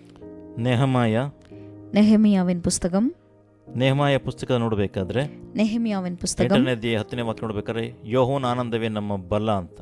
8ஆம் அதிகாரம் 10ஆம் வசனத்தில் இப்படி எழுதப்பட்டிருக்கிறது, கர்த்தருக்குள் மகிழ்ச்சியா இருப்பதே உங்களுடைய பலன் என்று. ಎಸ್, ದೇವರ ಬಲ ನಿಮ್ಮನ್ನು ನಡೆಸುವಂತದ್ದಾಗಿದೆ. தேவனுடைய பலன் நம்மை நடத்துகிறது. ಶಕ್ತಿ ಇಲ್ಲದೆ ಇರಬಹುದು, ಸಾಮರ್ಥ್ಯ ಇಲ್ಲದೆ ಇರಬಹುದು, நமக்கு சாமர்த்தியம் இல்லாமல் இருக்கலாம், சக்தி இல்லாமல் இருக்கலாம், ನಿಮ್ಗೆ ಏನೋ ಸೋಲೋದಕ್ಕೆ ಪ್ರೇರೇಪಣೆಯನ್ನ ಕೊಡ್ತಾ ಇರಬಹುದು, தோற்று போகிற நிலைமைகளாக இருக்கலாம். ಆದ್ರೆ ದೇವರು ಖಂಡಿತವಾಗಿ ನಿಮ್ಮ ಎಲ್ಲ ಬಲಹೀನತೆಗಳನ್ನು, ಎಲ್ಲ ಸೋಲುಗಳನ್ನು ದೇವರು ಗೆಲುವಾಗಿ ಮಾರ್ಪಡಿಸಲು ದೇವರು ಶಕ್ತರಾಗಿದ್ದಾರೆ. எல்லா தோல்விகளையும் வெற்றியாக மாற்ற தேவன் வல்லவராக இருக்கிறார். ದೇವರ ವಾಕ್ಯ ಹೇಳುವಂಥದ್ದಾಗಿದೆ. தேவனுடைய வார்த்தை இப்படி சொல்கிறது. ನೋಡ್ರಿ, 2 Corinthians chapter 12 verse 9. 2 Corinthians 2 கொரிந்தியர் chapter 12 verse 9. 12:9. 12ஆம் அதிகாரம் 9ஆம் வசனம். ನನ್ನ ಕೃಪೆ ನಿನಗೆ ಸಾಕು, ಬಲಹೀನತೆಯ ಬಲವು ಪೂರ್ಣ ಸಾಧಕವಾಗುತ್ತದೆ ಅಂತೇಳಿ ದೇವರ ವಾಕ್ಯದಲ್ಲಿ ಬರೆದಿರೋದನ್ನು ನೋಡ್ತೇವೆ. என் கிருபை உனக்கு போதும், பலவீனத்திலே என் பலன் பூரணமாய் விளங்கும் என்றார். ಹಲ್ಲೆಲೂಯಾ. ಹಲ್ಲೆಲೂಯಾ. ನೀವೇನು ಅಂತ ಹೇಳಿದ್ರೆ, ನೀವು ಜೀವಿತವನ್ನು ಮಾಡೋದಕ್ಕೆ ನಿಮ್ಮ ಬಲ, ನಿಮ್ಮ ಸಾಮರ್ಥ್ಯ ಅಲ್ಲ, ದೇವರ ಬಲ, ದೇವರ ಸಾಮರ್ಥ್ಯ ಬೇಕು. உங்களுடைய வாழ்க்கையை நடத்துவதற்கு தேவனுடைய பலனும் தேவனுடைய சாமர்த்தியமும் நமக்கு வேண்டும். ನೆಕ್ಸ್ಟ್ ನಾವು ನೋಡುವಾಗ ದೇವರು ನಿಮಗೆ ಬೇಕಾದ ಎಲ್ಲವನ್ನ ದೇವರು ಕೊಡುವಂತ ದೇವರಾಗಿದ್ದಾರೆ. அடுத்ததாக நாம் பார்ப்போம், ஆனால் நமக்கு தேவையான எல்லாத்தையும் ஆண்டவர் கொடுப்பார். ದೇವರ ವಾಕ್ಯ ಹೇಳುವಂತದಾಗಿದೆ. தேவனுடைய வார்த்தை என்ன சொல்கிறது? Matthew chapter 6 verse 33 ಹೇಳುವಂತದಾಗಿದೆ. மத்தேயு 6:33ஆம் வசனம் இப்படி ಮೊದಲು சொல்கிறது. ದೇವರ ರಾಜ್ಯವನ್ನ, ನೀತಿಯನ್ನ ಹುಡುಕಿರಿ, ಆಗ ಇವೆಲ್ಲವೂ ನಿಮಗೆ ಸಿಗುತ್ತದೆ. முதலாவது தேவனுடைய ராஜ்யத்தையும் அவருடைய நீதியையும் தேடுங்கள் என்று சொல்லப்பட்டிருக்கிறது. ಸೊ ದೇವರನ್ನ ಹುಡುಕಿದ್ರೆ, தேவனை நீங்கள் தேடுவீர்களா, ಖಂಡಿತವಾಗಿ ನಿಮಗೆ ಬೇಕಾದೆಲ್ಲವನ್ನ ದೇವರು ಕೊಡುವಂತವರಾಗಿದ್ದಾರೆ. கண்டிப்பாக உங்களுக்கு தேவைகள் என்னதாக இருக்கிறதோ அதை தேவன் தருவார். ನೋಡ್ರಿ, ದೇವರ ವಾಕ್ಯ ಏನು ಅಂತ ಹೇಳಿದ್ರೆ, ಬಹಳ ಸರಳವಾಗಿ, ಸುಲಭವಾಗಿ ದೇವರು ನಿಮ್ಗೆ ಹೇಳ್ಕೊಡ್ತಾರೆ. தேவனுடைய வார்த்தை சுலபமாக ஆண்டவர் நமக்கு கற்றுக் கொடுக்கிறார். ಈ ರೀತಿ ನಿಮಗೆ ದೇವರ ವಾಕ್ಯಗಳನ್ನ ನೀವು ಕಲಿಯುವಾಗ, இப்படி தேவனுடைய வார்த்தையை நீங்கள் தேவனிடத்தில் கற்றுக்கொள்ளும் பொழுது ನೀವು ಅದನ್ನ ಅಭ್ಯಾಸ ಮಾಡಬೇಕು. நீங்கள் அதை பழக்கத்திற்கு கொண்டு வர வேண்டும். ಸೊ ದೇವರ ವಾಕ್ಯ ಹೇಳುವಂತದಾಗಿದೆ. தேவனுடைய வார்த்தை என்ன சொல்லுது? ಕಿವಿಯುಳ್ಳವನು ಕೇಳಲಿ, காதுள்ளவன் கேட்க கடவன் என்று சொல்லி. ಸೊ ದೇವರು ನಿಮ್ಗೆ ಹೇಳ್ತಾ ಇದಾರೆ ಅಂತ ಹೇಳಿದ್ರೆ, ಕೇಳು ಅಂತ ಹೇಳಿದ್ರ ಅರ್ಥ. ஆண்டவர் ஏதாவது ஒரு காரியத்தை நமக்கு சொல்றாருன்னா அதை நாம கேட்க வேண்டும். ಅದನ್ನ ಕೇಳಿ ಅದರ ಪ್ರಕಾರ ನಡಿಬೇಕು. கேட்கறது மட்டும் இல்லாம அதன் பிரகாரம் நம்ம நடக்கிறதுக்கும் கற்றுக்கொள்ள வேண்டும். ಆ ರೀತಿ ನಡ್ಕೊಂಡಾಗ ಮಾತ್ರವೇ அப்படி நடந்தா மட்டும்தான் ದೇವರು ನಿಮ್ಮ ಜೀವಿತದಲ್ಲಿ ಕಾರ್ಯ ಮಾಡುವಂಥದ್ದು. தேவன் நம்முடைய வாழ்க்கையிலே கிரியை செய்ய முடியும். ಹಲ್ಲೆಲೂಯಾ. ಯಾಕೆ ಸಕ್ಸಸ್ಫುಲ್ ಪೀಪಲ್, ಯಾಕೆ ಫೇಲ್ಯೂರ್ ಪೀಪಲ್ಗಳು ಬೈಬಲ್ನಲ್ಲಿ ಇರೋ ನೋಡಬೇಕಾದ್ರೆ, this is the main reason. ஏன் வெற்றி தோல்வி கண்டவர்களை குறித்து வேதத்தில் எழுதப்பட்டிருக்கிறது என்று சொன்னால் இதற்காகத்தான்.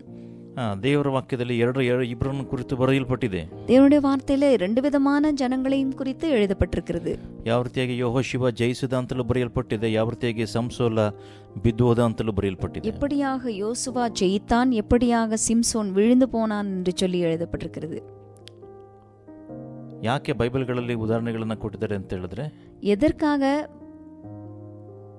தேவனுடைய வசனத்துல உதாரணங்கள் கொடுக்கப்பட்டிருக்கிறது என்றால், ಸೊ ಇದು ದೇವರು ನಮಗೆ ಕೊಟ್ಟಿರುವಂತ ಗೈಡೆನ್ಸ್ ಬುಕ್. இது தேவன் நமக்கு கொடுத்திருக்கிற ஒரு கைடாக இருக்கிறது. ಸೊ ದೇವರು ನಮ್ಮ ಯಾವ ರೀತಿಯಾಗಿ ಜೀವಿಸಬೇಕು ಅಂತೇಳಿ ನಮ್ಮ ಜೀವಿತಕ್ಕೆ ಕೊಟ್ಟಿರುವಂಥ ಮಾರ್ಗದರ್ಶನವಾಗಿ ಕೊಟ್ಟಿರುವಂಥ ದೇವರ ವಾಕ್ಯಗಳು, ದೇವರ ಪುಸ್ತಕ. தேவன் நாம் எப்படி ஜீவிக்க வேண்டும் என்று எழுதி கொடுத்திருக்கிற ஒரு புஸ்தகமாக இது இருக்கிறது.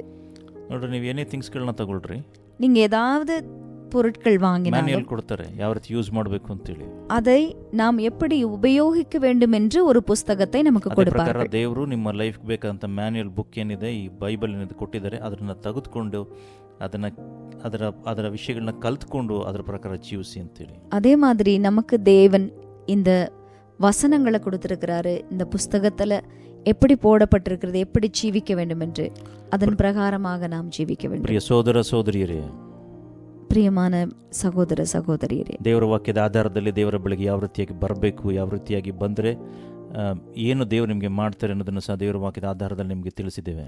தேவனுடைய வார்த்தையின் மூலமாக தேவனிடத்திற்கு நாம் திரும்பி வரும் பொழுது தேவன் எந்த மாதிரியான காரியங்களை நமக்காக செய்வார் என்று சொல்லி கொடுத்தான். ಸೊ ಇನ್ನು ಕುಂಟು ನೆಪಗಳನ್ನು ಹೇಳ್ಕೊಂಡು, இனியும் நாம் சாக்கு போக்கு சொல்லிக்கொண்டு ಜೀವಿಸೋದು ಬೇಡ. வாழுகிறது வேண்டாம். ದೇವರ ಬರೋಣ ಶೀಘ್ರವಾಗಿ ಆಗುವಂತದ್ದಾಗಿದೆ. கர்த்தராகிய இயேசு கிறிஸ்து சீக்கிரம் வருகிறார். ದೇವರ ಸಮೀಪಕ್ಕೆ ಬನ್ರಿ. ஆண்டவரிடத்துல ஓடி வாங்க. ನೀವು ದೇವರ ಸಮೀಪಕ್ಕೆ ಬರೋದಾದ್ರೆ ಆತನು ನಿಮ್ಮ ಬಳಿಗೆ, ನಿಮ್ಮ ಸಮೀಪಕ್ಕೆ ಬರುವಂತ தேவனுடைய சமீபத்திற்கு நீங்கள் வருவீர்களானால் தேவன் உங்களுடைய சமீபத்திற்கு வருவார். ಹಲ್ಲೆಲೂಯಾ. ದೇವರ ವಾಕ್ಯದಲ್ಲಿ ಬರೆದಿದೆ, ಈಗ ಬಾಗಿಲು ನಿಂತು ತಟ್ತಾ ಇದ್ದೇನೆ, ಯಾರನ್ನ ಸ್ವರವನ್ನು ಕೇಳಿ ಕದವನ್ನು ತೆರೆತು ನಾನು ಒಳಗಡೆ ಬರ್ತೀನಿ, ನಾನು ಅವರೊಂದಿಗೆ ಊಟ ಮಾಡ್ತೀನಿ ಅಂತ ದೇವರ ವಾಕ್ಯದಲ್ಲಿ ಬರೆದಿದೆ.